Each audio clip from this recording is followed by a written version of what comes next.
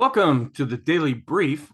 This is being prepared Wednesday, August 17th, where I'll briefly cover the highlights for the session on Wednesday, August 17th, and then we'll see how things look for Thursday, August 18th. And I'll only be doing a brief video today.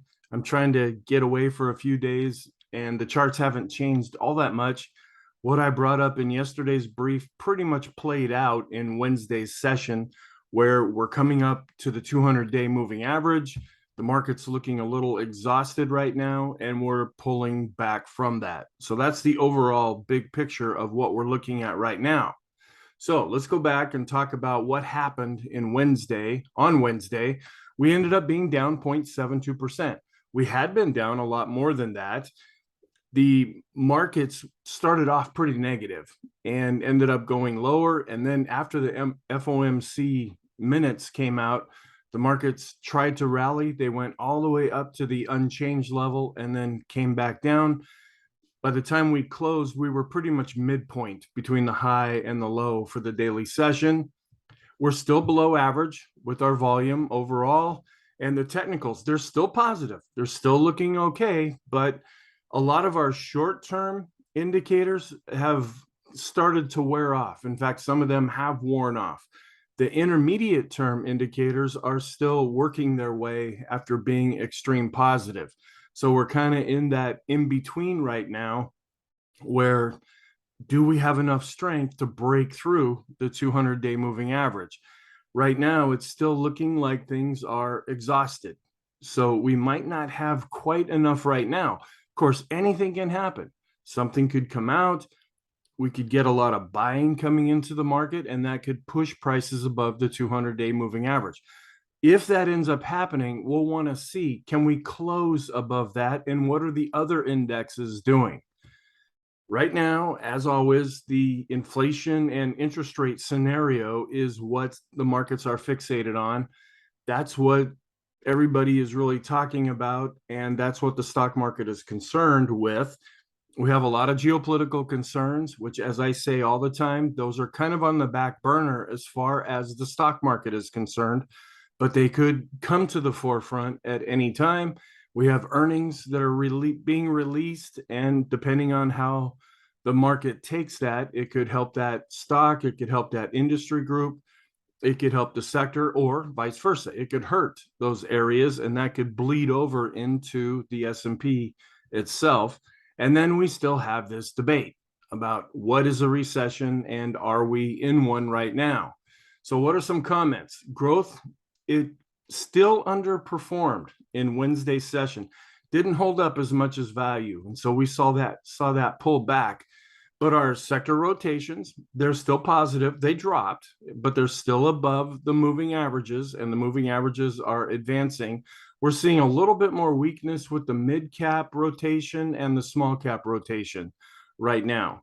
But the large cap rotation still is holding up. Our positive setups, those are still in play. We're still working off of those, and we have now pretty much since the low set back in June. And they're still looking okay, but we're just showing a real, I guess all I can say is exhaustion for right now. The S&P is retreating after it tested the 200-day simple moving average on Tuesday. So we came right up to that in Tuesday's session. We came down, closed below that. Well, in Wednesday's session, we stayed underneath that. But the Dow is still above its 200-day simple moving average. And that's the index that most people talk about, whether they know much about the Dow or not. It's only 30 stocks, but it's what is usually quoted, especially by the financial media. It's still above that moving average, but the equal weight S&P 500 index that I brought up in yesterday's brief, that takes all of the components of the S&P and treats them equally. That went above the 200-day moving average. Well, it fell below that in Wednesday's session. The small caps also fell below, and the mid caps are just barely below their 200-day simple moving average. The NASDAQ and the NASDAQ 100, they saw some weakness on Wednesday as well, and they never did get to their 200-day moving averages. So that still has yet to happen to see things turn more positive. we're still seeing a lot of internal exhaustion. The short-term overbought, it's working itself off, and some of them have actually dropped down and are no longer extreme positive, but we still have a lot of our intermediate term overbought indications. They're rolling over, but they haven't dropped down and given an official overbought signal yet. But again, these things can go on for a while. We might have some upward thrust in Thursday's session, and these measurements may continue to advance. But the thing that I'm focusing on right now is that 200-day simple moving average.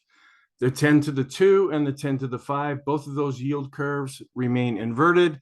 Greed is increasing. It's unchanged. It was at 55 after Tuesday's session. It's at 55 after Wednesday's session. Oil actually advanced a little bit to 88.11, and some of the other areas that we use to measure inflation, they advanced. So we kind of tripped back into our older ways in Wednesday's session, with growth really seeing some weakness, and value and inflationary type things, those saw some bouncing. The reports that came out is we had retail sales, they were flat month over month. That was a bit disappointing. They had expected retail sales to be up 0.2%, because, as I keep stating, the consumers are a huge part of the US economy. And if they're not buying things, that's eventually going to feed over into these companies and impact their earnings, which ultimately affects their stock prices.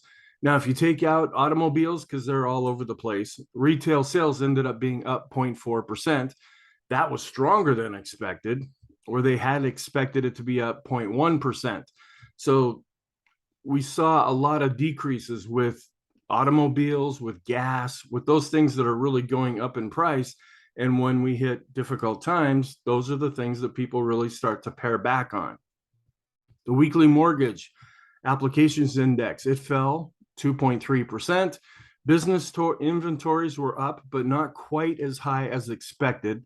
They were up 1.4%. We expected them to be up 1.5%. Our trend is still positive, but I'm switching the bias now back to mixed. This overhead resistance is a pretty big deal with the 200-day moving average. We need some real thrust to get us through that. If we do break through and close above that, that'll turn things a lot more positive. If that still is looming overhead and we continue to see weakness, we'll want to keep an eye on things to see how is the intensity of any declines. Is that going to change the environment? And then I've kept our momentum at positive. I could have gone over to mixed, but we're still, the intraday action that we saw where we almost got back to the unchanged level, that was fairly positive. And then in the wake of that, the last number of days, we have been more positive. So what's our outlook then? The technicals, they're positive, but the intermediate term is still showing a lot of overbought indications. We still have the 200-day above current prices. Sentiment ended up being unchanged at 55. We have jobless claims coming out. We'll want to keep an eye on those. That's the big line in the sand between recession, non-recession, is that the employment situation is still holding up quite well. If we see a real increase in jobless claims, that could eventually bleed over into the employment situation. We have the Philadelphia Fed Index. Again, that's more regional, but sometimes that can be influential in the markets. Existing home sales, that can be another thing. We're getting a lot of real estate type reports coming out. And then we have the leading economic index, which again is not a big deal to the markets because so much of this is known beforehand. So there's not really any surprises that we get from this, but still we want to keep an eye on it anyway. We have the whole list of geopolitical events, but inflation and interest rates still remain the real focus of the market. So our scenarios, we're not really in a down scenario yet because everything is still looking positive, but if we start to pick up selling to the downside, that could change. But right now, it's still holding up because we have the intermediate term overbought. Hopefully, we're just working that off. The technicals are still positive, but we want to watch this internal structure that's going on. Is the weakness going to continue, or is this just a little bit of a pause before we get set to go higher, or are we going to chop sideways for a while?